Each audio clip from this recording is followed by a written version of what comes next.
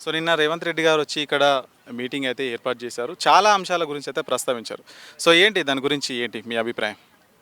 ఆయన అంతా అబద్ధాల కోరు. అబద్ధాలతో అధికారంలోకి వచ్చిండు. ఏదైతే 10 సంవత్సరాల తెలంగాణ ఏర్పడిన తర్వాత టీఆర్ఎస్ ప్రభుత్వంలో నిరుద్యోగ సమస్యతో విద్యార్థులైతే పోరాటంతో టీఆర్ఎస్‌ని వ్యతిరేకిస్తే, ఆ వ్యతిరేకత ఓటుతో, అబద్ధాలతో రేవంత్ రెడ్డి అధికారంలోకి వచ్చిర్రు.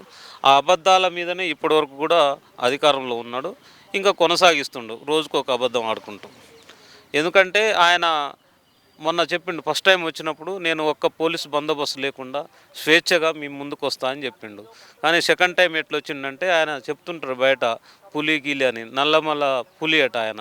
నల్లమల్ల పులిలాగా రాలేదు. పిల్లి దగ్గర దగ్గర వేల మంది పోలీసులతో నల్లమల్ల పిల్లి లెక్క దాక్కొని ఇక్కడికొచ్చి స్టేజ్ ఎక్కి మొరిగిండు తప్ప ఆయన చేసిందేం లేదు. నిజంగా ఆయనకు విద్యార్థుల చదువు మీద కానీ, ఉస్మానియా యూనివర్సిటీ మీద కానీ, లేకుంటే విద్యార్థి లోకం మీద కానీ చిత్తశుద్ధి ఉంటే జాబ్ క్యాలెండర్ ప్రకారం ఎప్పటికప్పుడు నోటిఫికేషన్ ఇవ్వాలి. లేకుంటే యూనివర్సిటీలో అసిస్టెంట్ ప్రొఫెసర్లు గత 15 సంవత్సరాలుగా నోటిఫికేషన్లు లేవు.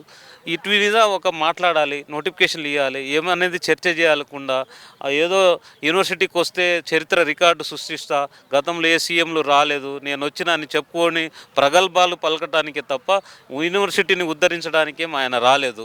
ఆయన ఒక సీఎం అంటే యూనివర్సిటీకి వచ్చిందంటే నేను మొనగాడిని అని చెప్పుకోవడం కోసం వచ్చిండు తప్ప యూనివర్సిటీని ఉద్ధరించే పనేం ఆయన చేయలేదు ఇక్కడికి వచ్చి.